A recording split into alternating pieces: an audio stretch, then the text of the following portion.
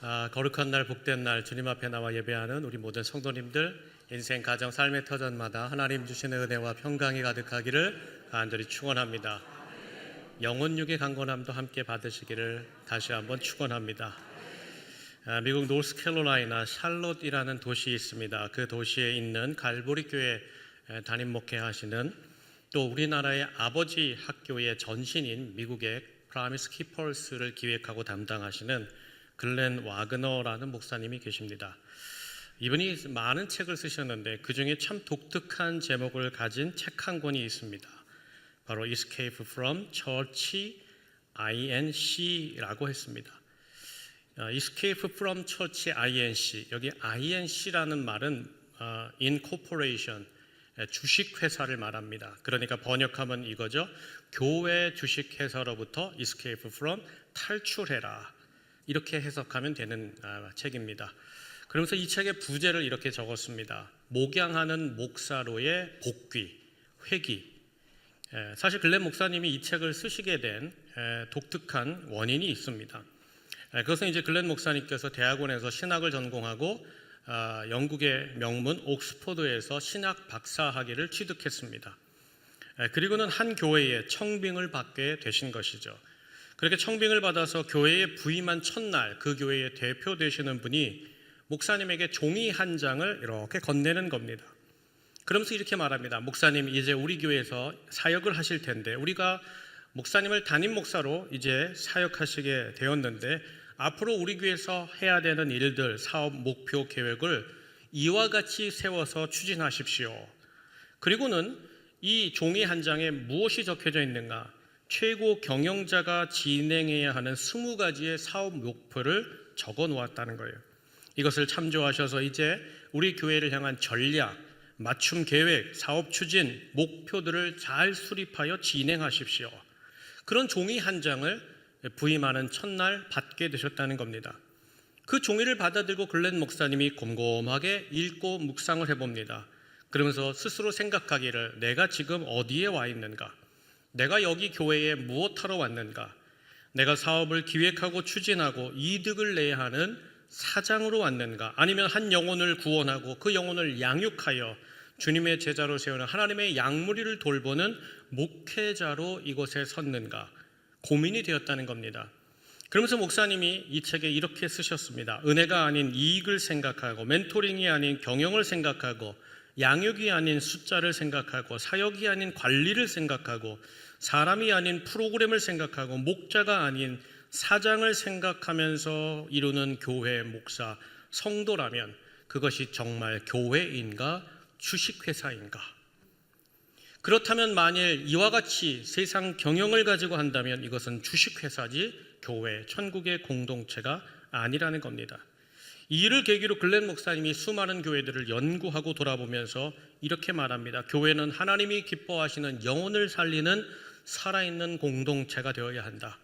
교회의 이 본질, 핵심, 그것을 놓치면 안 되겠다. 그런 마음으로 이 책을 쓰시게 되었다는 겁니다. 여러분, 우리가 신앙생활을 합니다. 세상에 살아가면서 교회를 선택하고 신앙생활을 함께 영위해 가는 것입니다. 그런데 좋은 교회, 좋은 목사 만나는 것 큰 복입니다. 왜 그럴까요? 내가 그 교회를 선택합니다. 가고자 합니다. 내 선택입니다. 그러나 그 이후로 그분의 인생과 가정과 삶의 터전, 이 세상의 삶뿐만 아니라 그 다음 생의 내세의 삶까지도 그 신앙 공동체가 영향을 주고받고 있기 때문에 그렇다는 거예요. 바라기는 사랑하는 여러분, 여러분이 생각하기에 교회라는 곳은 어떤 곳입니까? 우리 지역만 해도 수많은 교회가 있고, 충청남도, 아니 한국 전 세계에 수십억 개의 교회가 있지 않겠습니까? 수억 개의 교회가 있겠죠. 그럼 교회는 무엇하는 곳일까요? 아니 우리 교회는 정말 여러분들 생각하기에 본질, 핵심을 잘 지켜가는 교회라고 생각하십니까? 오늘 말씀은 예수님께서 종료주일, 이제 십자가를 향하여 예루살렘에 입성하신 뒤에 그 예루살렘에 입성하시고 바로 성전에 가서 행하신 성전 청결 사건, 성전 정화 사건의 말씀입니다. 오늘 배경이 되는 마태복음 21장 12절을 제가 먼저 읽겠습니다. 예수께서 성전에 들어가사 성전 안에서 매매하는 모든 사람들을 내쫓으시며 돈 바꾸는 사람들의 상과 비둘기 파는 사람들의 의자를 둘러 엎으셨다. 예수님이 예루살렘에 입성할 때 온 이스라엘 성중의 사람들이 나와서 호산나 다윗의 자손이여 열렬히 환영했습니다. 열렬히 환영받으시면서 그 예루살렘 성에 들어가셔서 첫 번째로 어디를 향하여 가셨느냐? 예루살렘 성전에 들어가셨다는 겁니다. 그런데 예수님이 성전에 들어가시자마자 놀랍게도 누구도 예상하지 못한 돌발적인 행동을 시작했다는 겁니다.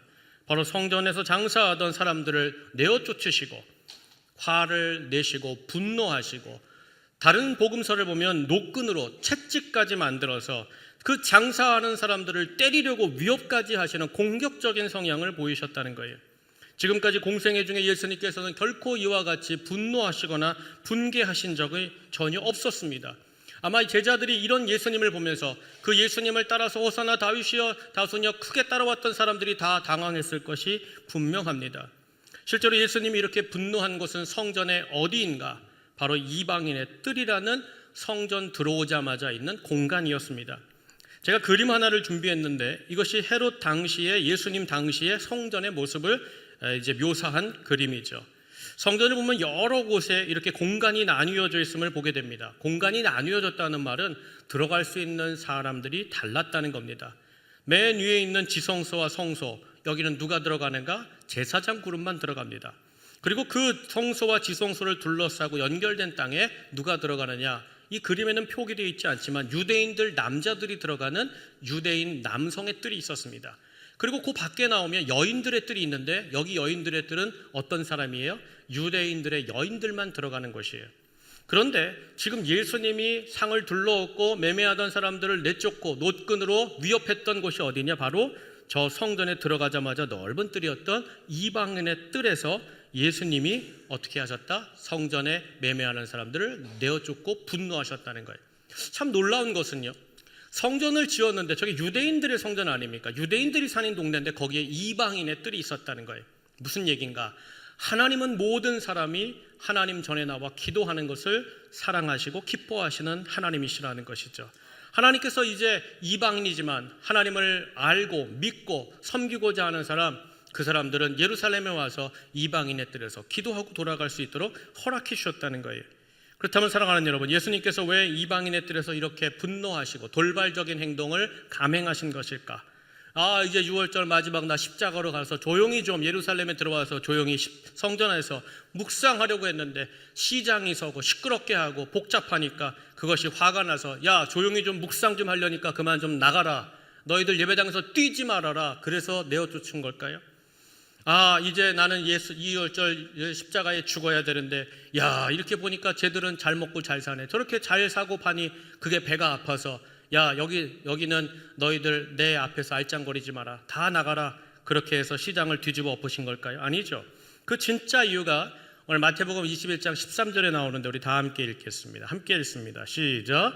그들에게 이르시되 기록된 바 내 집은 기도하는 집이라 일컬음을 받으리라 하였거늘 너희는 강도의 수구를 만드는도다 하시니라. 아멘. 여기 보니까 예수님이 성전 안에서 시장을 만들어서 물건을 사고 파는 것에 화를 내신 것이 아닙니다. 만일 그것이 원인이었다면 예수님이 이렇게 말씀하시는 게 맞습니다. 내 집은 기도하는 집이다. 너희가 시장통으로 만들었도다. 이렇게 하시는 게 맞지요. 또 너무 시끄러운 행위와 소리로 말미암아 예수님의 마음이 좀 불편했더라면 내 집은 기도하는 집이다. 여기서 썩 조용히 해라. 소란스럽게 하지 말아라. 이것이 맞습니다. 근데 오늘 예수님이 이렇게 분개하신 이유 뭐라고 기록하고 있어요? 너희는 내 기도하는 집을 강도의 소굴로 만들었다는 거예요. 예수님 말씀 그대로 보자면 모든 사람이 언제나 하나님이 함께 하시는 이 집, 이 성전에 와서 기도하고 응답받는 이곳이 이제는 강도의 소굴이 되었다. 그 모습에 주님께서 분개하셨다는 거예요. 여기 강도의 소굴이라는 뜻이 무엇일까요? 히브리어 헬라어 원어로 보니까 이거는 악인들, 조직폭력배의 근거지가 되었다, 이런 거예요. 근거지가 되었다. 성전인데 악한 사람들의 집합소가 됐다는 거예요.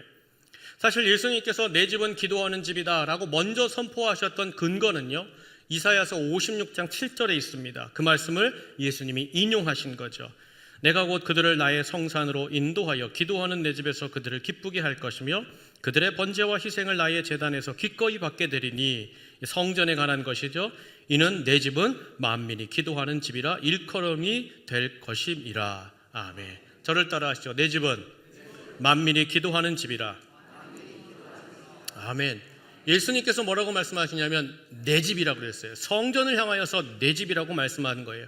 여러분, 성전의 진짜 주인이 누굽니까? 예수님이라는 말씀이죠. 예수님이 그렇게 자기 집에 돌아와 봤더니 어떤 일이 벌어졌어요? 그 집을 맡아서 잘 관리하라고 세운 레위, 제사장, 서기관들, 종교 지도자들이 그야말로 조직 폭력배의 근거지를 만들었다는, 엉망진창으로 만들어버렸다는 거예요. 사랑하는 여러분, 사실 예수님께서 지금 이와 같이 제사장들과 그 종교 지도자들이 이미 장악하고 있는 성전에서 이와 같이 행동하시면 그 다음에 어떤 고초를 치를지, 어떤 결과가 올지 사실은 예수님 너무나 잘 알고 있었습니다. 실제로 이 문제를 통하여서 뭐라고 이제 종교 지도자들이 예수님께 죄를 뒤집어 씌웠는가? 성전을 모독했다. 그리고는 예수님을 십자가에 못 박는 죄로 사용했습니다.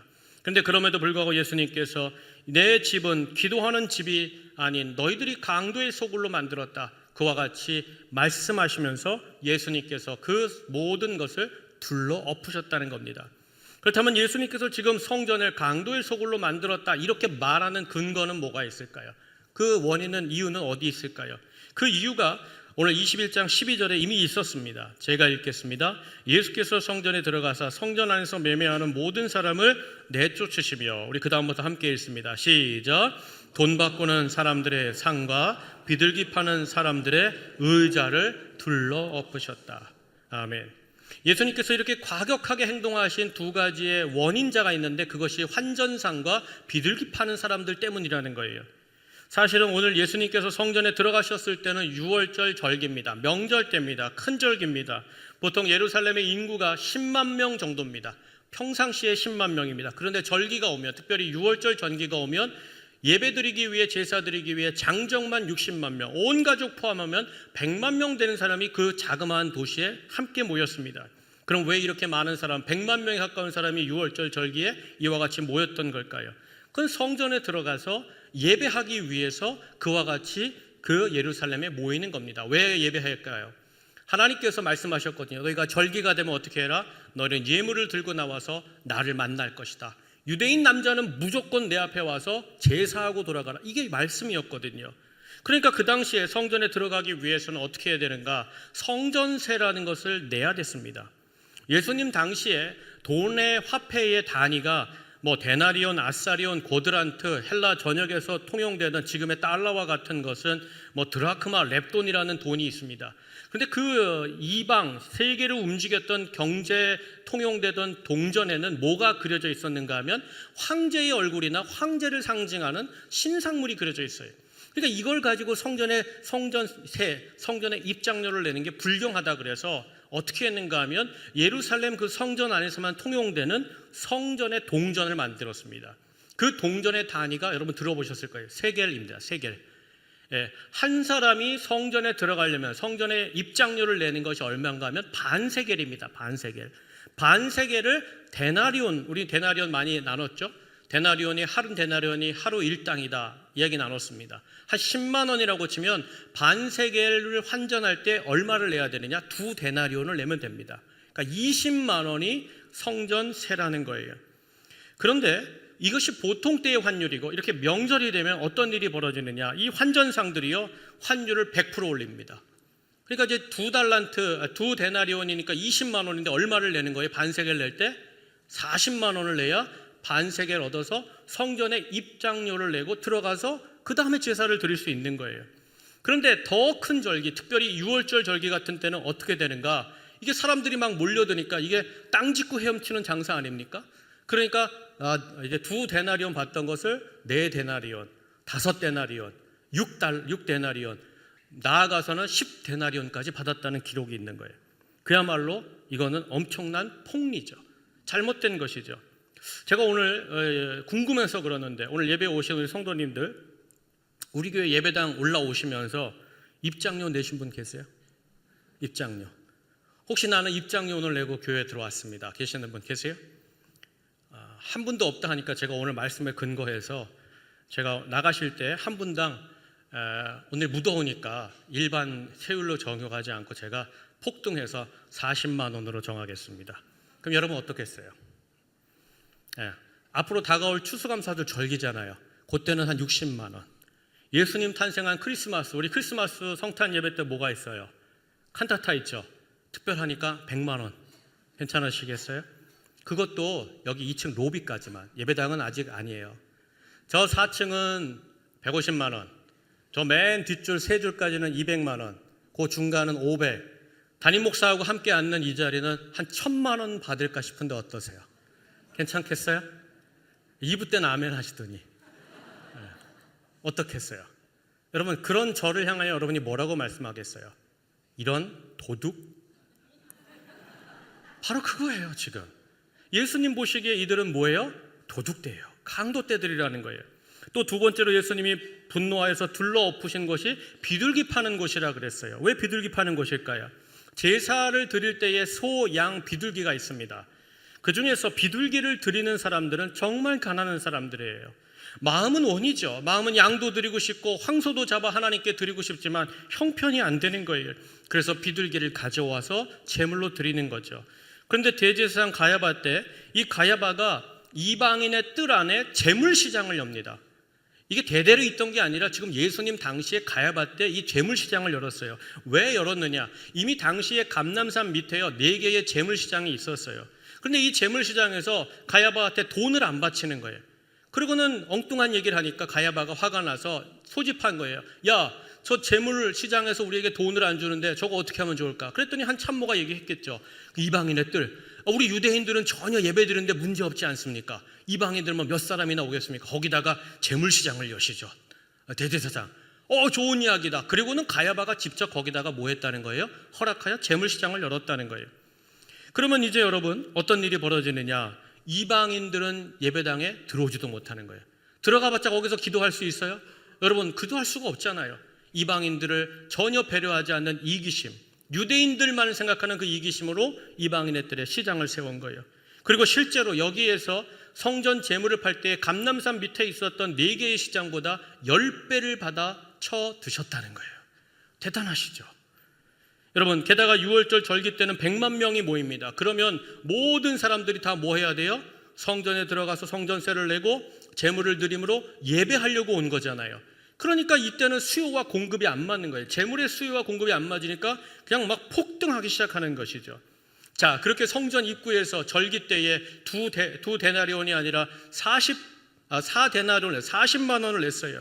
그리고 가난하니까 어떻게든 그 성전에 들어가야 되니까 입장료는 준비했지 않겠어요? 들어갔어요. 그리고 집에서 고이 기른 비둘기 한 마리를 제사장에게 내놓는 거예요. 저희가 6월절 명절을 지키러 왔습니다. 우리 가족이 지키러 왔습니다. 가난한 사람이 비둘기를 길러서 냈더니 딱 본 제사장이 뭐라 그러는 거예요? 이거 우리 시장에서 인증 도장이 없네? 포장지가 이거 다른 건데? 예, 제사장님, 이거 제가 집에서 열심히 이렇게 아름답게 길러서 데리고 온 겁니다. 그럼 제사장이 그 비둘기를 잡아가지고는 쳐다보는 거예요. 여봐, 여기 날개털이 빠졌잖아. 그리고 날개를 쭉 잡아가지고는 어떻게 하는 거예요? 수평이 안 맞는다고 얘기하는 거예요. 수평 어떻게 맞춰야 돼요? 들어주면 되는데 본인이 틀어버리는 거죠. 이거 안 맞잖아. 오른쪽은 올라가고 왼쪽은 내려가고. 이거 안 맞네. 비둘기 자 눈동자 봐. 이 눈동자 충혈됐잖아. 빨갛잖아. 그럼 비둘기 눈동자 무슨 색이에요? 빨간색이에요. 이게 실제로 역사 속에 있었다고 기록이 남아요. 랍비들의 기록이 나와요. 그리고는 어떻게 하는 거예요? 여봐, 이건 안 돼. 이거는 날려주고 당신 여기 앞에 재물 그 시장이 있지? 이방인 애들 다시 가서 빨리 가서 인증 마크 받다얀 그 비둘기 사와. 가봤더니 자기가 기른 비둘기와는 비교할 수 형편없는 거예요. 털이 다 빠졌어요. 살이 없어요. 그럼에도 그 장사꾼들에게 뭘 줬어요? 가야바가 인증 도장을 준 거예요. 그냥 싸게 아주 그냥 헐값에 B급들만 가져와 도장 찍어가지고 그걸 10배나 취하는 이런 시장이 거기 있었다는 거죠. 사랑하는 여러분, 여기가 분명히 하나님의 성전이 맞지요. 거룩하게 보이는 제사장들이 그 제물을 검사하고 제사를 드리는 곳이 맞습니다. 그런데 그 안은, 그 속은 얼마나 타락한 거예요. 얼마나 썩은 진동하는 악취가 가득한 것입니까? 이 모습에 예수님이 그 상을 다 둘러엎으시고 모든 장사꾼들을 다 내어 쫓으셨다는 거예요. 그리고 나서 예수님이 무슨 행동을 하는가? 여러분, 그 행동이 한 가지 행동이 더 나오는데 14절 말씀을 한번 다 함께 읽겠습니다. 시작. 맹인과 전언자들이 성전에서 예수께 나오매 고쳐주시니. 아멘. 저를 따라하시죠. 예수께서 고쳐주시니. 아멘. 여러분, 당시에 율법의 정하기를 맹인과 다리 저는 사람, 쉽게 말하면 핸디캡트, 장애인은 성전에 못 들어옵니다. 성전에 못 들어와요. 근데 예수님께서 어떻게 했다는 거예요? 예수님께 나오메 그랬는데 이 말은 나오메는 수동태예요. 예수님께서 어떻게 했다는 거예요? 성전 밖에서 어려워하는 그 장애인들, 회복이 정말 불가한 사람들 다 들어와. 그리고 들어오셔서 성전에서 어떻게 하셨다? 고쳐주셨다는 거예요. 사랑하는 여러분, 여기 예수님께서 병자를 들어오라고 부르셔서 고쳐주신 사건, 이게 무슨 모습일까요? 진짜 성전의 주인이 누구냐는 거예요. 저 성전의 주인이 제사장이나 사두개인이나 서기관들이나 종교 지도자들이나 내가 주인이라는 거예요.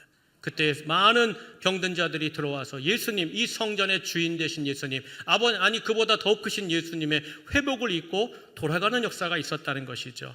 사랑하는 여러분, 한마디로 주님께서 지금 성전을 정화하시면서 그 다음 행동으로 약한 사람들을 불러서 고쳐주시는 이 모습을 통해 우리가 알 수 있는 것이 무엇이냐? 진짜 성전의 주인은 예수님이시구나. 진짜 예수님은 이 성전이 어떤 죄인이라도 이곳에 와서 사함의 은혜를 받고 누구라도 약함과 부족함이라도 회복과 치유를 입고 나가는 곳이 이곳이 성전이구나. 이곳이 성전됨을 모든 사람들에게 선포하고 스스로 보여주셨다는 것입니다. 그런데 여러분, 예수님께서 이렇게 성전에 찾아오셔서 이 성전의 온전한 기능, 온전한 핵심, 본질을 다시 회복시켜 주신 것에 대해 여러분, 종교 지도자들은 어떻게 반응했어요? 어떻게 나옵니까? 우리 15절 말씀 한번 다 함께 읽겠습니다. 시작. 대제사장들과 서기관들이 예수께서 하시는 이상한 일과 또 성전에서 소리질러 호산나 다윗의 자손이여 하는 어린이들을 보고 노하여. 아멘. 여러분, 15절을 보니까 예수님께서 진짜 성전을 성전답게 회복시키셨어요. 성전은 이런 곳이야. 성전은 죄인들이 와서 기도하고 회복을 입고 약한 자들이 하나님의 은혜를 입고 호산나 다윗의 자손에여 찬송과 찬양이 터지는 곳이야. 그걸 보여줬는데 이 모든 일에 대하여서 지켜본 대제사장들과 종교지도자들이 뭐라고 얘기하는 거예요? 저 봐라, 예수가 엉뚱한 짓 한다. 예수가 이상한 짓 한다. 야, 예수가 저런 어리석은 짓을 하네. 분노했다는 거예요. 그러면서 어린아이들이 거기서 호산나 다윗의 자손이여 예수님을 찬양할 때에 그 어린이 합창단을 바라보면서 찢어진 눈으로 바라보면서 입 안 닥쳐? 어디서 성전에서 떠들고 그래? 어디서 그와 같이 분노했다는 거예요. 사랑하는 여러분, 사실은요, 이 종교 지도자들이 지금 이 모든 것을 들여다봤을 때 이들은 누굽니까? 하나님이 선택하고 하나님의 말씀을 맡겼고 누구보다 하나님 앞에 신실하게 살라고 목자로서 그 양들을 돌보라고 맡겨주신 이 성전을 돌보라고 말씀하신 하나님의 사람들 아닙니까? 그러면 예수님께서 이 모든 일들을 행하실 때 이들이 깨달았어야죠. 야, 저분이 왜 저런 일을 하시지?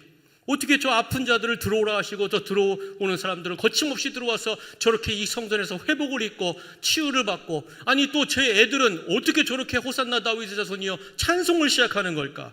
그때 깨달았어야죠. 이분이 누구신가? 혹시나 이분이 그리스도가 아닌가? 그것을 깨닫고 박수치고 이 일을 통하여서 기뻐하고 즐거워해야 될 사람들이 도리어 어떻게 했다는 거예요? 그 일에 분노하고 엉뚱한 짓 한다고, 이상한 짓 한다고 이야기했다는 거예요. 사랑하는 여러분, 그렇다면 왜 이 제사장들과 지도자들이 예수님의 이 회복하는 이 모습, 이 과정을 다 지켜봤음에도 불구하고 분노하고 분개하며 화를 내는 걸까요? 그 이유가 뭘까요? 사실 답은 너무 간단하죠. 저들의 마음속에 하나님보다 자기 자신과 자기의 욕심과 탐욕과 이기심과 그 세상을 향한 열망이 가득했기 때문이라는 거예요. 사랑하는 여러분, 보세요. 세상에 존재하는 모든 사람은 다 마음의 중심, 마음속에 주인 삼고 있는 것을 그대로 따라갑니다. 그대로 보고 그대로 해석하는 것이죠. 그런데 우리가 영적으로 해석하지 못하면, 믿음의 눈이 깨이지 못하면 어떤 일을 경험하느냐? 고린도전서 2장 14절을 보니까 정확히 지적합니다. 육에 속한 사람은 하나님의 성령의 일들을 받지 아니하나니 이는 그것들이 그에게는 어리석게 보이며 또 그는 그것들을 알 수도 없나니 그러한 일은 영적으로 분별되기 때문이라. 아멘. 사랑하는 여러분, 만일 욕심이 내 중심이 되고 내 주인이 되면 여러분 어떻게 돼요? 남에게 베푸는 거 불편해요. 어려워져요. 여러분, 교만이 내 주인이 되면 어떻습니까? 겸손하게 사는 건 그건 약한 사람들이나 사는 거지. 나는 강해, 나는 힘이 있어, 더 압제해, 더 눌러. 그리고 감히 까불지 못하도록 더 힘있게 눌러야지. 겸손은 무슨 겸손이야. 여러분, 정말로 예배의 돈이 주인이 되면 어떤 현상이 일어나냐. 예배 때 이 예배에 참석하는 것이 어리석어 보이는 거예요. 야, 이 시간에 가게를 열고 물건을 팔면 얼만데. 그 계산을 하는 거예요. 그리고는 어떻게 합니까? 예배 시간을 주님 앞에 나오는 복된 시간, 즐거운 시간이 아니라 손해보는 시간.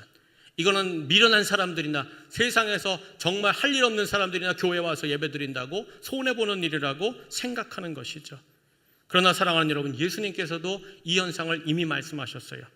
마태복음 6장 22절로 23절 보니까 눈은 몸의 등불이니 그러므로 내 눈이 성하면 온몸이 밝을 것이요 눈이 나쁘면 온몸이 어두울 것이라. 보는 것이 다르면, 보는 것이 해석이 잘못되면 어떤 일이 벌어지느냐? 오판한다는 거예요. 더 쉽게 말씀드릴게요. 눈이 병이 나면 아무리 큰 태양이 내 앞에 떠 있다 할지라도 어둡다 망각의 시간으로 들어가는 거예요. 침묵의 시간, 암흑의 시간으로 들어가는 거예요. 내 마음의 눈이 병들면 어떻습니까? 주님의 은혜와 회복과 치유의 역사를 보면서도 이상하네, 엉뚱한 짓 하네, 저거 왜 저런 일이 벌어지지? 그렇게 오판하고 잘못하고 분개한다는 거예요. 사실 우리도 이런 때가 있죠. 공동체 안에서 갑자기 어떤 분이 그동안 신앙생활을 못했어요. 갑자기 멀리 있다가 하나님께서 그 사랑하는 분을 불러주신 거예요. 다시 불러준 거예요. 그랬더니 다시 예배를 시작하고 다시 기도회를 하고 다시 찬양을 하는데 그분의 마음이 어때요? 뜨거워지는 거예요. 뜨거워지니까 어때요? 기도 소리가 커져요. 기도가 소리가 커지면서 이상한 통곡 소리도 내고 부르짖음도 내고 찬양이 되고 뜨겁게 일어나서 찬송하며 예배가 달라지는 거예요. 그런데 그 모습 볼 때 여러분 어땠어요? 뭘 저렇게 유난을 떨어? 아유, 저거 우리 교인도 아닌데 갑자기 와서 왜 저렇게 기도를 방해해? 예배를 방해해? 그런 생각은 하시지 않으신 적이 없습니까? 그때 혹시나 뭘 그렇게 유난스럽게 기도해? 예수 처음 믿어봐? 예수 믿을 때 다 그렇지, 다시 돌아오면 그렇지. 여러분, 이상하다, 엉뚱하다 생각하셨습니까? 너만 예수 믿느냐? 참 별나다, 참 별나게 믿네. 그렇게 생각하신 적 없으세요? 또 주님의 역사와 부흥이 일어나요. 주님의 역사의 부흥으로 일어남에도 불구하고 자꾸 엉뚱한 이유를 대는 거예요. 여러분, 우리 교회가 부흥합니다. 아멘? 예, 그러면 부흥한다는 말은 모든 시설을 나눠 쓸 수밖에 없다는 거예요. 예, 식당에서 줄 서서 옛날에 밥 먹을 때 편하게 드셨죠? 성도가 없었으니까 그냥 내려가면 금방금방 밥 드셨잖아요. 요즘은 2층까지 줄 서야 됩니다. 그럼 2층에 줄 서서 무슨 생각하느냐? 야, 하나님께서 우리 교회에 이렇게 많은 사람들을 보내주셨네, 감사합니다. 그게 나오는 게 아니에요. 옛날에는 밥 빨리 먹었는데 뭘 이렇게 오래 기다리게 해? 좀 사람 좀 안 왔으면 좋겠네. 주차장 출입할 때 그냥 자리가 없어요. 힘들어요. 어려워요. 옛날엔 넉넉하게 예배드리면서 그냥 쓱 떼고 나가면 편히 나갔는데 지금은 이거 어떻게 해야 될지 몰라. 사람들이 좀 들어와야 되는데 엉뚱하고 이상한 소리 하는 거예요. 사랑하는 여러분, 바라고 원합니다. 우리 성도님들 언제나 하나님의 은혜와 치유, 그 역사가 나타날 때 주여 그대로 역사하여 주옵소서. 그분을 기뻐하고 주님을 사랑할 수 있는 영혼의 눈이 활짝 열린 성도님들 되시길 축복합니다. 결국 이 눈이 닫힌 채 주님의 회복과 그 역사를 도리어 이상하다, 엉뚱하다, 이거 우리하고 맞지 않는다 분노하던 저들에게 예수님이 오늘 결론을 주신 답이 뭐예요? 우리 21장 16절 말씀 한번 다 함께 읽겠습니다. 시작. 예수께 말하되 그들이 하는 말을 듣느냐? 예수께서 이르시되 그렇다. 어린아기와 젖먹이들의 입에서 나오는 찬미를 온전하게 하셨나이다 함을 너희가 읽어본 일이 없느냐? 아멘. 무슨 말씀입니까? 어린아이도 하나님이 역사하시고 하나님이 임재하시고 하나님의 은혜와 치유와 회복과 찬송이 나타나면 저들이 그 일을 보면서 경이롭고 놀라면서 박수치고 즐거워하는데, 하나님께서 너희를 선택하셨고 하나님의 말씀을 맡겼고 지도자라고 세운 너희들이 왜 내가 이 자리에서 성전이 진짜 회복되고 이곳이 본질이 회복되는 이 모습을 보면서 너희들이 왜 함께하지 못하느냐? 예수님께서 도리어 저들을 책망하심으로 오늘의 이야기가 끝나고 말았다는 거예요. 사랑하는 여러분, 오늘 본문 말씀이 우리에게 가르쳐 주시는 교훈이 뭘까요? 음성이 뭘까요? 하나님께서 우리에게 말씀하시는 God say to me, 우리에게 말씀하시는 주의 말씀과 음성이 무엇일까요? 성전의 주인이 누구냐 이거예요. 진짜 이 성전의 참 주인을 여러분들이 모시고 살아가느냐? 여러분, 오늘 실제로 참 주인이신 성전의 참 주이신 이 예수님을 놓친 이 사람들 어땠습니까? 그 전까지 썩은 냄새 났어요. 욕심이 가득했어요. 탐욕이 가득했어요. 나만 생각하는 이기심이 가득했어요. 무슨 뜻일까요? 성전은 아름답다고 해서 그곳에 지성소와 성소가 있다고 해서 그 건물이나 그 제사장들이 거룩하게 옷을 입다고 해서 거기로부터 능력이 나오는 것이 아니라 성전의 능력은 참 주인이신 예수님 그분과 함께 거할 때 그 성전이 다시 기도가 시작되고 회복이 일어나고 찬송이 시작되는 줄로 믿습니다. 그러면 사랑하는 여러분, 이제부터 정말 중요한 걸 나누려고 합니다. 사실 오늘날에는 하나님께서 그 아들 예수 그리스도를 통하여 정화하신 예루살렘 성전 사라졌습니다. 없어졌습니다. 예수님께서 십자가의 짐을 지시려고 하시는 그때에 돌 위에 돌 하나도 남겨지지 않으리라. 그리고는 예수님이 그 예배당이 그 성전이 무너질 것을 예언하셨어요. 그리고 실제로 AD 70년 로마의 티투스 장군이 예루살렘 성전을 회파해버렸습니다. 완전히 사라졌습니다. 그 뒤로 다시 예루살렘의 하나님의 성전은 다시 지어지지 않았습니다. 오늘날에도 없습니다. 그런데 놀라운 것은 성경을 읽어보면 지금 존재하지도 않는 이 성전이 존재한다고 말씀하십니다. 거룩한 성전, 아니 예루살렘의 그 성전보다 더 월등히 아름답고 월등히 거룩한 성전이 있다고 말씀하신다는 거예요. 그럼 그 성전은 어디 있을까요? 그 성전 어디 있는가? 고린도전서 3장 16절에 어디 있는지 기록해 놓으셨어요. 우리 다 함께 읽겠습니다. 시작. 너희는 너희가 하나님의 성전인 것과 하나님의 성령이 너희 안에 계시는 것을 알지 못하느냐. 아멘. 이렇게 예수 알고 믿고 사는 우리가 누구다? 바로 성전이라는 겁니다. 믿으십니까? 아멘이세요? 그렇다면 사랑하는 여러분, 오늘 예수 믿고 사는 우리가 주의 성전이라면 제가 오늘 앞서 전했던 말씀에 빗대어서 여러분에게 한 가지를 여쭙겠습니다. 2000년 전 그 예루살렘 성전에 입성하신 우리 예수님께서 오늘 이 아침 내 마음, 나라는 이 성전에 찾아오실 때 불꽃 같은 눈동자로 모든 것을 투명하게 보시는 그분께서 내 마음, 이 성전을 바라보시고 들어오실 때 나는 분노의 채찍을 맞을 성전입니까? 아니면 이 집사야, 김건사야, 너는 참 기도하는 성전이구나, 너는 참 회복과 치유와 찬송이 가득하구나, 칭찬받을 성전이십니까? 내 마음이지 욕심과 세상에 붙들려서 예수님도 멀리 떠나버리고 예수님의 역사와 부흥과 그런 소망과 역사와 은혜를 알아보지도 못한 채 주님 앞에 책망받고 주님이 둘러 엎으셔야 되는 성전입니까? 아니면 너는 회복이 가능하구나, 너는 찬송이 가득하구나, 예수님이 기뻐하실 만한 성전이십니까? 만일 여러분 예수님이 오늘 이 아침에 내 마음의 성전에 찾아오셔서 내 안에 가장 먼저 무엇을 둘러 엎으시겠습니까? 바라기는 욕심과 세상에서 빠져나와 오직 주님, 그 주님을 왕으로 모시는 기도와 회복과 찬송이 가득한 아름다운 성전으로 서는 우리 성도님들 되시길 축원합니다. 그러므로 사랑하는 여러분, 왜 인생 속에 기도가 없어졌을까요? 왜 인생에 많은 시간 하나님께 원하는데 회복이 사라졌을까요? 찬송, 그건 왜 남 이야기가 된 것일까요? 여러분, 내 안에 다른 주인을 섬기고 있다는 거예요. 도리어 그 찬송과 기도와 회복이 어디로부터 오느냐? 바로 내 마음의 성전에 다시 예수님을 모시어 드리면 예수님으로 말미암아 정화되고 정결하게 되고 주님께서 말씀하신 기도와 회복과 찬송이 일어날 줄로 믿습니다. 이 약속이 어디 있을까요? 요한계시록 3장 20절로 21절 다 함께 읽겠습니다. 시작. 볼지어다 내가 문 밖에 서서 두드리노니 누구든지 내 음성을 듣고 문을 열면 내가 그에게로 들어가 그와 더불어 먹고 그는 나와 더불어 먹으리라. 이기는 그에게는 내가 내 보좌에 함께 앉게 하여 주기를 내가 이기고 아버지 보좌에 함께 앉은 것 같이 하리라. 아멘. 내 마음속에 주님을 모시면 그분으로 말미암아 회복이 일어나고 능한 역사가 일어나고 나아가 이기는 자로서 영원한 천국의 보좌에 주와 함께 앉을 줄로 믿습니다.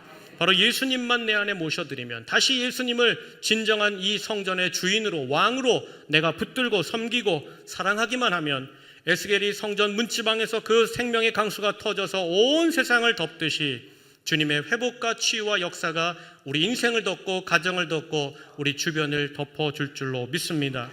신약을 보면요, 상종 못할 죄인 중에 죄인들이 많이 나오지만 그 중에 대표적으로 한 사람을 꼽으라고 한다면 세리, 그것도 세리장으로 살아온 삭개오를 꼽을 수 있습니다. 예수님의 제자 마태는 세리였다고 얘기해요. 그는 말단 직원이었습니다. 근데 세리장은 어떤 사람이에요? 대대손손 오랫동안 그 세리짓 한 사람이 세리장입니다. 그가 삭개오입니다. 그런 삭개오가 자신의 인생 속에 예수님이 그를 찾아와 삭개오야 삭개오야 내려오라 그 음성을 듣습니다. 그때 이 삭개오가 예수님을 어떻게 합니까? 자신의 집으로 모시고 들어갑니다. 그렇게 삭개오가 예수님을 전심으로 자신의 집에 모시고 그 주님과 함께 할 때에 그에게 어떤 변화가 일어났어요? 어떤 역사가 일어났어요? 우리 누가복음 19장 9절 다 함께 읽겠습니다. 시작. 예수께서 이르시되 오늘 구원이 이 집에 이르렀으니 이 사람도 아브라함의 자손이미로다. 아멘. 여러분, 죄 많던 삭개오 아니었습니까? 돈 냄새 나는 삭개오 아니었습니까? 그것으로 인생 끝났을 삭개오 아닙니까? 그런데 하나님 아버지 예수 그리스도 그분을 그의 인생에 모셔드렸을 때 그는 예수님으로 말미암아 옛사람이 죽고 새로운 인생, 거룩한 생명을 가진 영적인 아브라함의 생명의 자손으로 회복된 줄로 믿습니다. 여러분, 게네사렛 호수에서 빈 그물질하던 베드로는 어땠을까요? 정말 안 돼도 그렇게 안 되는 날이 베드로에게 있었을까요? 아마 그날 베드로가 가장 힘들었고 어려웠고 낙심되고 절망스러운 날이었을 겁니다. 밤새도록 그물질했지만 수고했지만 애썼지만 절망과 패배와 그늘이 가득한 그날, 그런데 그날 베드로를 예수님이 찾아오시죠. 그때 베드로가 어떻게 합니까? 예수님을 자기의 배로 모시고 드리고 어떻게 합니까? 그 절망스러운 날에 그 배를 예수님 앞에 내어놓고 함께 나가지 않습니까? 여러분, 그때 베드로가 자신의 배에 예수님을 모시어 드렸을 때 그 변화가 어떻게 나타났어요? 무슨 일이 나타났어요? 여러분, 누가복음 5장 6절 제가 읽습니다. 그렇게 하니 고기를 잡은 것이 심히 많아 그물이 찢어지는지라. 우리 5장 7절 다 함께 읽습니다. 시작. 이에 다른 배에 있는 동무들에게 손짓하여 와서 도와달라 하니 그들이 와서 두 배의 채움에 잠기게 되었더라. 아멘. 저를 따라 하시죠. 두 배에 잠기게 되었더라. 아멘. 여러분, 베드로의 이 절망의 날, 어려운 날, 힘든 날, 가장 슬펐던 이 날이 기쁨과 회복과 만족과 최고의 역사의 회복을 누린 날이 된 이유가 무엇입니까? 베드로가 금을 바꿨죠. 새 금을 구입했죠. 새 배 탔죠. 새 모터 바꿨죠. 새로운 바다로 갔죠. 그렇게 했어요, 안 했어요? 어제 그 배, 그 시간 동일한 그물이었어요. 그 절망의 날 망한 그곳이 다시 회복과 만족을 누렸던 이유는 하나입니다.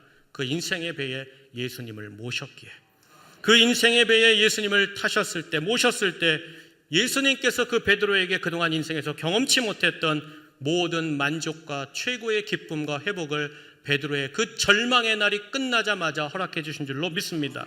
여러분, 오늘 우리도 마찬가지죠. 주님을 다시 내 안에 모시면, 주님을 다시 붙들면 우리가 어떤 절망과 바다, 어려움의 풍문한 가운데 있다 할지라도 그 바다가 기쁨의 바다가 될 줄로 믿습니다. 어떤 절망과 죄악의 자리도 주님을 노래하고 찬송을 회복하는 자리가 될 줄로 믿습니다. 실제로 여러분, 이 자연세계의 물리적인 법칙을 보세요. 자연세계의 법칙을 보세요. 아무리 어두워도 작은 촛불 하나에 촛불을 밝히면 어떤 일이 벌어집니까? 어둠이 물러가잖아요. 보이기 시작하잖아요. 여러분, 오늘 다시 이 아침에 예수님을 모시는 그 인생과 가정마다 반드시 생명의 um이 트는 기도가 살아날 것이고, 그동안 해결되지 못했던 육신과 영혼의 회복이 일어날 것이고, 그리고 더불어 주님을 찬송하는 찬양이 우리 입술에서 우리 삶에서 터져나갈 줄로 믿습니다. 그러므로 사랑하는 여러분, 오늘 이 아침 우리가 믿는 자임에도 불구하고 왜 기도를 잃어버렸을까요? 왜 우리 가운데 회복을 말할 수 없고 왜 우리 가운데 찬송은 끊어져 버린 걸까요?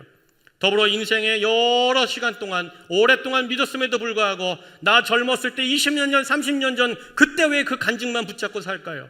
왜 오늘 이 시간에 하나님이 주시는 회복과 찬송은 없을까요? 사랑하는 여러분, 또 어떤 분 계세요?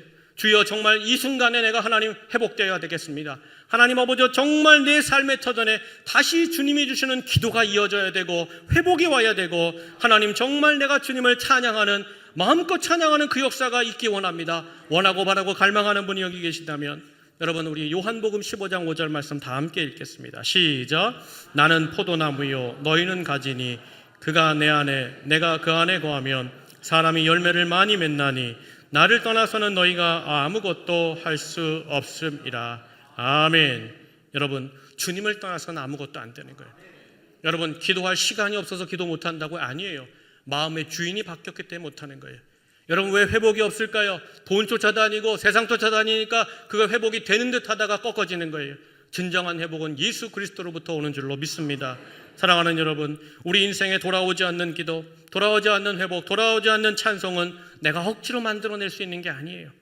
내가 이를 악물고 내가 찬송해야겠다, 기도해야겠다, 엎드린다고 되는 문제가 아니라는 거예요. 아무리 같은 곳, 같은 환경, 같은 시간에 있다 할지라도 오늘 이 아침 내가 예수 그리스도 나의 주님, 나의 왕이신 예수님을 내 마음의 성전에 모시고 그분의 보좌를 그분께 내어드릴 때 어제의 그곳은 오늘의 그곳과 달라질 줄 믿습니다. 새로운 소망이 일어날 것이고 새 역사와 하나님이 주시는 회복과 많은 사람들이 함께 찬송하는 복된 자리가 될 줄로 믿습니다. 예를 들어 볼까요? 저 나무들이 생명이 있기 때문에 어떻습니까? 그 줄기가 자라지요. 꽃이 피지요. 그 꽃 핀 자리마다 풍성한 열매가 맺혀지듯이 또 아무리 작은 샘이라 할지라도 그 샘에서 퐁퐁퐁하고 물이 솟아오르면 그 샘을 채우고 그 주변을 적시고 결국에는 온 세상을 향하여 흘러가듯이 우리 마음의 이 성전의 이 보좌 위에 예수 그리스도, 그분을 나의 주인이요 그분을 나의 왕으로 모시고 사는 그 인생과 가정 위에 반드시 주님께서 베풀어 주시는 은혜와 역사와 참된 찬송이 이어지고 터지게 될 줄로 믿습니다. 그렇다면 마지막 하나 나누고 말씀 마치겠습니다. 왜 우리가 예수님을 주인 삼으면 우리 인생이 회복될까요? 왜 기도가 다시 나오고 회복을 경험하고 찬양이 터지기 시작할까요? 왜 예수님을 내 마음의 주인, 내 성전으로 모셔서 내가 자리 잡았던 내 보좌에서 내려가 예수님을 그 보좌의 주님으로 올려드릴 때 왜 인생이 달라지고 같은 시간 같은 삶을 살았음에도 불구하고 어제가 다르고 오늘이 다른 그런 역사의 삶을 살게 될까요? 이유가 뭘까요? 사랑하는 여러분 잘 들으세요. 예수님은 모든 것을 완전하게 회복하시는 창조주 우리 하나님이 되시기 때문인 줄로 믿습니다. 오늘 말씀 되짚어 볼까요?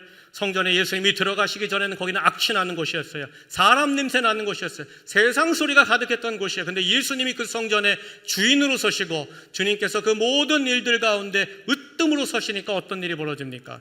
다시 기도가 시작되죠. 다시 병든 자들이 회복되고 치유를 입지요. 그리고는 세상에 오직 주 예수 그리스도 호산나 다윗의 자손 우리의 구원자요 왕이신 그 찬송이 터져나간 줄로 믿습니다. 바로 예수님이 모든 것을 회복하게 하시고 모든 것을 정돈하게 하시고 그 위에 은혜와 역사와 찬양을 주시는 우리의 하나님 되시기 때문인 줄로 믿습니다. 바라고 원합니다. 우리 모든 성도들이 이 아침 예수님을 다시 모시어 드리십시오. 예수님 손잡고 여러분의 가정으로 들어가십시오. 여러분의 직장으로 들어가십시오. 반드시 거기서 하나님이 주시는 기도의 제목이 있을 거예요. 그리고 회복을 경험할 거예요. 그리고 그 직장에서 나오고 가정에서 머물 때 여러분 찬송이 터지게 될 줄로 믿습니다. 이 역사가 우리 사랑하는 모든 온천제일의 성도님들의 인생과 가정과 특별히 우리 교회 위에 가득히 넘쳐서 날마다 차고 넘치기를 주의 이름으로 간절히 축복합니다. 우리 말씀 붙잡고 기도하면 좋겠습니다. 사랑하는 여러분, 여러분 마음의 성전의 주인은 누구입니까? 여러분 인생의 주인은 누구입니까? 여러분 세상에 흔들리는 욕심과 보이는 것들을 쫓아가십니까? 여러분 오늘 이 아침 주님만을 나의 주인으로 모시십시오. 거룩한 성전 하나님 예루살렘 성전은 사라졌지만 예수 그리스도를 믿은 우리가 주의 성전 되게 하셨사오니 이제는 내 마음을 정결하게 씻어주시고 정화시켜 주시고 주님 이곳에서부터 기도와 회복과 찬송이 시작되게 하여 주옵소서. 우리 인생의 주인이 되어 주시옵소서. 우리 가정의 왕이 되어 주시옵소서. 그때 2000년 전 예루살렘 성전에서 일어났던 그 일이 오늘 다시 우리 성도들의 인생과 가정과 우리 교회에 시작될 줄 믿습니다. 기도가 살아날 것이요 상처와 어려움이 회복될 것이요 메마르고 다쳤던 그 입술에 다시 호산나 나의 왕이여 나의 구원자여 주를 향한 찬송과 찬양이 울려 퍼질 줄로 믿습니다. 주님 내 마음에 오시옵소서. 주님 내 가정의 주인으로 오시옵소서. 좌정하사 내 인생과 내 가정과 내 모든 삶을 다스려 주시옵소서. 주님 원합니다. 주님 오시옵소서. 함께 하시옵소서. 우리 다 함께 말씀 붙잡고 기도하겠습니다. 하나님 감사합니다. 오늘 이 아침 2000년 전 예루살렘 성전에서 있었던 성전 정화의 사건을 통하여 하나님 아버지 우리가 하나님의 음성 듣게 하시니 감사합니다. 하나님 아버지 나는 칭찬받을 만한 성전입니까? 기쁘시게 하는 성전입니까? 아니면 썩은 내나며 하나님 악취가 나서 주님이 둘러부셔야 되는 그런 성전입니까? 하나님 아버지여 그렇다 할지라도 오늘 깨끗하게 정화하기 원합니다. 씻어주시옵소서. 새롭게 하여 주시옵소서. 그리하여 주님이 그 성전에서 주인으로 행하셨던 기도가 회복되게 하시고 많은 사람들이 회복되게 하시고 찬양과 찬송이 터지는 역사가 하나님 아버지 우리 인생과 우리 가정과 우리 삶의 처전에 나타나고 일어나게 하여 주옵소서. 예수님을 왕으로 삼습니다. 예수님만을 섬기기 원합니다. 주여, 이 아침에 우리 마음속에 오셔서 주님이 주인 되어 주시옵소서. 참 주인이 되어 주옵소서. 이 성전의 역사는 주님께 있사오니 능력도 주님께 있사오니 하나님이여 그 역사를 베풀어 주시옵소서. 주님을 모시고 붙잡는 인생마다 오늘 이 아침 새로워지게 하시고 하나님 모든 절망이 끝나고 하나님 앞에 새로운 인생, 새로운 은혜의 시작이 되게 하여 주시옵소서. 주님 감사합니다. 살아계신 하나님, 우리를 사랑하시는 주님 감사합니다. 오늘 이 아침 거룩한 주님의 음성 듣게 하시니 감사합니다. 그동안 주님, 내 마음에 주님 없이 세상의 욕심과 염려와 세상의 시끄러웠던 소리가 가득했던 하나님, 내 자신을 오늘 이 아침 주님이 오심으로 깨끗하게 정화되게 하여 주시고 주님이 행하실 수 있는 그 기도와 회복과 찬송이 일어나는 이 아침이 되게 하여 주시옵소서. 나의 왕, 나의 주인 되신 예수님, 이 아침에 우리의 심령과 우리의 가정과 우리의 삶의 터전에 진정한 주인으로, 왕으로 인생 마지막 날까지 함께하여 주시옵소서.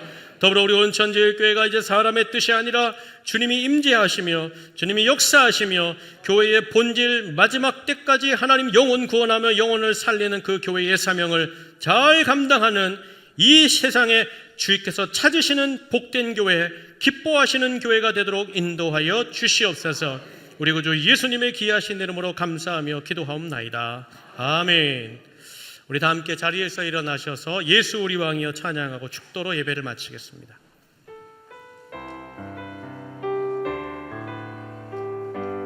예수 우리 왕이여 이곳에 오소서. 예수 우리 왕이여 이곳에 오소서. 이곳에 오소서. 보좌로 주여 임하사 보좌로 주여 임하사 찬양을 받아 주소서. 찬양을 받아 주소서. 주님을 찬양하오니 주님을 찬양하.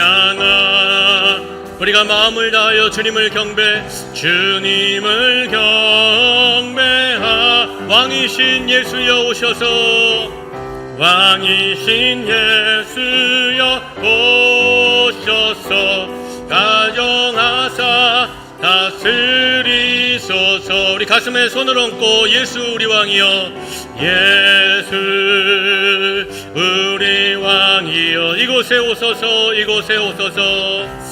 이곳에 오소서. 보좌로 주여 임하사 보좌로 주여 임하사 찬양을 받아 주소서.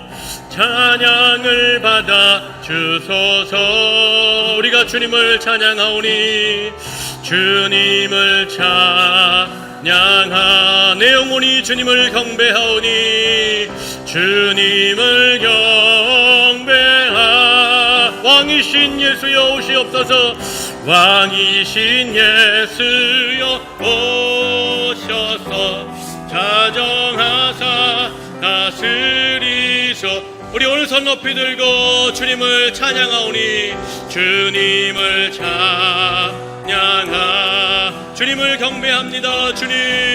주님을 경배하오. 왕이신 예수여, 왕이신 예수여 오 자정하사.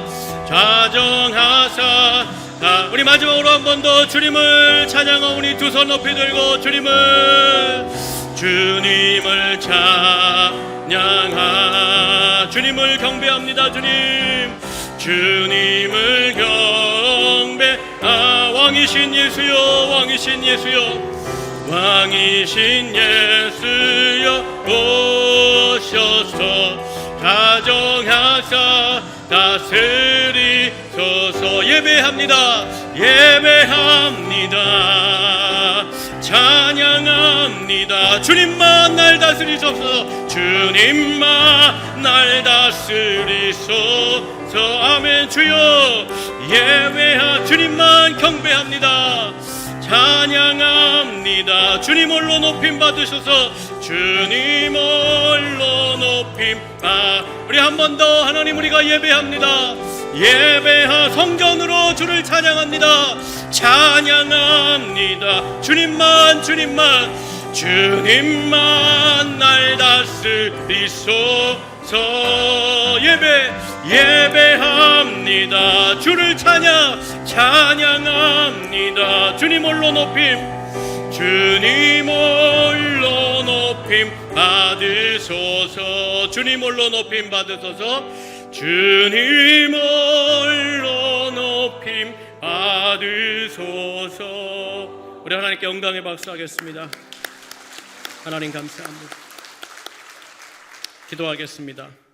이제는 우리로 거룩한 성전 삼아주시고 십자가로 우리 가운데 찾아와 우리의 영원한 주인이 되어주신 우리 구주 예수 그리스도의 그 은혜와 우리를 사랑하시되 끝까지 사랑하시고 언제나 우리와 함께 살기를 가장 기뻐하시고 바라시는 하나님 아버지의 무한하신 사랑하심과 우리 안에 내주 동행하시며 나를 모시라, 나를 따르라, 이제는 거룩한 성전의 삶으로 내가 친히 인도하리라 약속하시고 힘주시는 성령님의 감화감동 교제 교통하신 하심이 하나님 아버지 오늘 주님 내 안에 찾아와 주시옵소서. 주님을 찬양하오니 경배하오니 왕이신 예수여 오셔서 좌정하사 다스려 주시옵소서. 내 인생을, 내 가정을, 내 삶의 터전이 하나님만을 주인 삼고 예수님을 왕으로 삼기 원합니다. 이제는 주님의 역사를 보게 하여 주시옵소서. 믿음으로 나아간 우리 사랑하는 모든 천재일 성도들의 머리 위에 그 가정과 자녀들과 자손들과 직장과 기업과 삶의 모든 터전 위에 하나님이 늘 임재하시고 동행하시며 역사 주시는 우리 온천제일교회 위에 사랑하시는 이 나라와 이 민족 위에 이제로부터 영원까지 함께 계시기를 간절히 축원하옵나이다. 아멘, 아멘, 아멘.